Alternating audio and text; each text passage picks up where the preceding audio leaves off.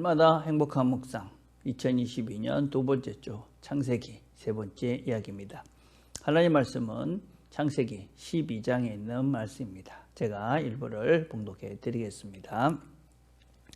여호와께서 아브라함에게 이르시되 너는 너의 고향과 친척과 아버지의 집을 떠나 내가 네게 보여줄 땅으로 가라.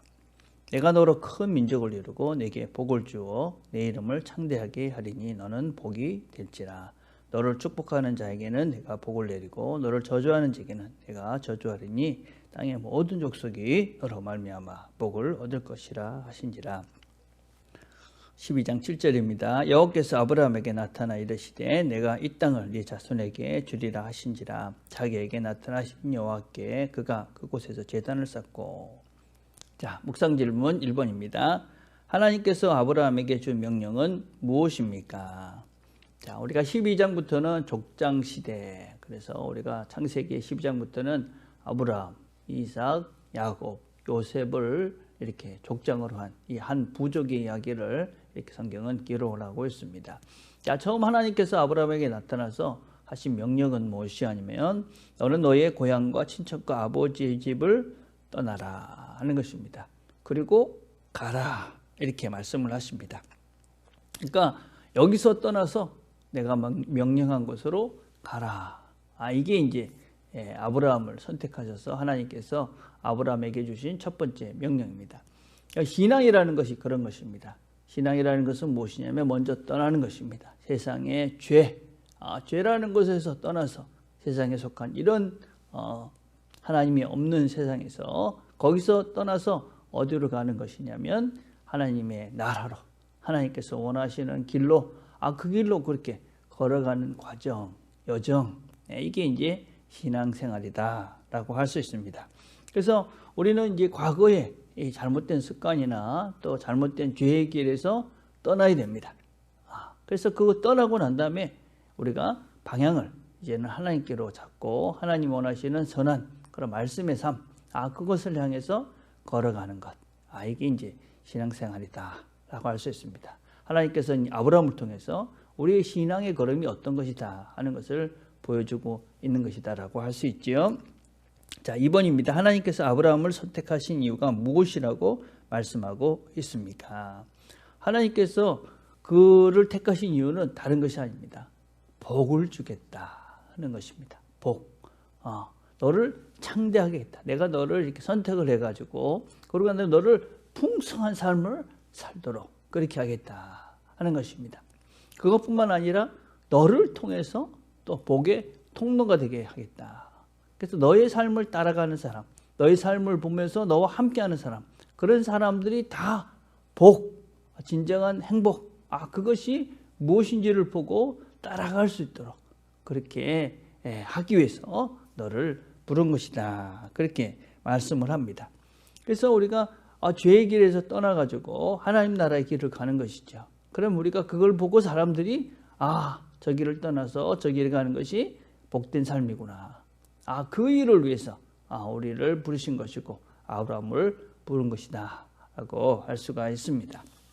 자, 3번입니다. 아브라함이 가나안 땅에 들어갔을 때의 상황은 어떠합니까? 아브라함은 그곳에서 무엇을 합니까? 아브라함이 가나안 땅에 들어갔을 때는 아무것도 없는 것이 아니었습니다. 그 땅에 사람들이 거주했다. 그 말의 의미 속에서는 그 땅에서 이렇게 삶이 그냥 거저 주어지는 것은 아니다. 그 땅에서 그 하나님의 복의 통로가 되기 위해서는 여러 가지 많은 일들을 겪어야 된다. 어려움을 겪을 수도 있다. 그런 얘기를 먼저 전제하고 있는 것이죠. 그냥 아무도 없는 무주공산에 들어가서 그냥 집 짓고 살았다. 그런 게 아니라는 것입니다. 아브라함은 가나안 땅에 갔을 때 사람들이 있었습니다. 그리고 그 사람들과 갈등을 겪지요. 그러면서 그 갈등과 그런 여러 가지 문제들 속에서 그가 하나님이 계시다. 그래서 그 하나님을 보여줌을 통해서 아브라함이 세상 사람들에게 이 하나님을 증거하는 복의 통로가 되는 것이다 라고 할 수 있습니다. 그래서 우리가 아무도 없는 곳에 우리가 보내지는 것이 아닙니다. 우리는 이 세상 속에 사람들 속으로 보내지는 것입니다. 그곳에서 우리가 하나님의 복의 통로. 그 사람들이 우리를 보고 저렇게 사는 것이 복된 삶이구나 하는 것을 세상 사람들에게 보이기 위해서 우리가 부름을 받았다 하는 것입니다. 자, 그러고 난 다음에 아브라함은 거기서 뭘 합니까? 제단을 쌓았다, 예배를 드렸다 하는 것입니다. 자기를 부르신 그 하나님께 예배를 드리는 것이죠. 그건 하나님을 기억하는 것입니다. 당신이 나를 부르셨습니다. 그리고 하나님을 의지하는 것입니다. 당신이 나를 부르셨으니까 내가 당신을 의지하고 이 길을 갑니다. 그리고 하나님을 믿는 것입니다. 당신이 나를 부르셨고 이끌어 가실 거니까 내가 당신을 의지하고 믿고 이 길을 가겠습니다. 그래서 이 예배의 행위라는 것은 그 삶의 목적이며 또 그 삶의 의미다라고 할 수 있는 것이죠. 자, 우리의 예배도 마찬가지입니다. 우리 예배가 예배를 드리면서 우리의 삶의 목표가 목적지가 하나님입니다. 그렇게 이제 예배를 통해서 우리를 고백하는 것이죠. 우리의 삶을 고백하는 겁니다. 그 예배를 통해서 또 하나님, 우리가 당신을 의지합니다. 하나님을 의지하고 내가 이 길을 갑니다. 내가 하나님 당신을 믿습니다.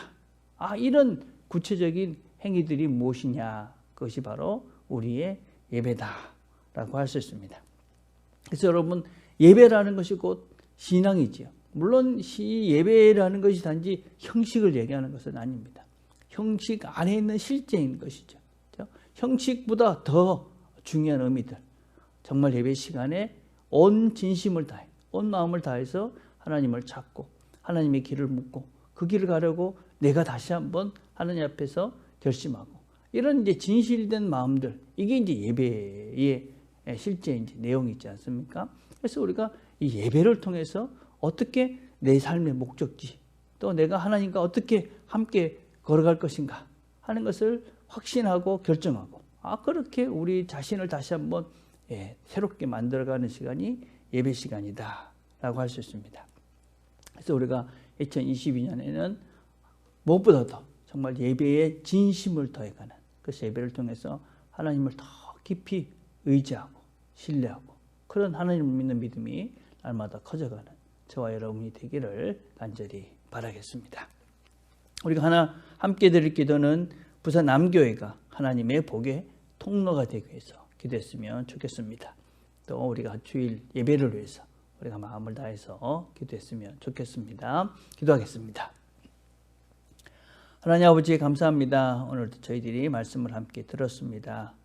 복의 통로가 되기 위해서 아브라함을 부르신 하나님께서 우리도 불러주셨습니다. 우리가 세상 속에서 복의 통로로 우리를 통해서 하나님을 보이며 살 수 있도록 도와주시고 또 무엇보다도 예배를 통해서 우리의 삶의 목적지가 어디인지를 늘 확인하고 하나님을 날마다 더 의지하고 믿어가는, 그래서 믿음이 날마다 더 굳건해져가는 우리 모두가 되도록, 예배를 통해서 하나님을 날마다 경험해가는 우리 모두가 되도록 은혜를 베풀어 주옵소서. 예수님의 이름으로 기도드립니다. 아멘.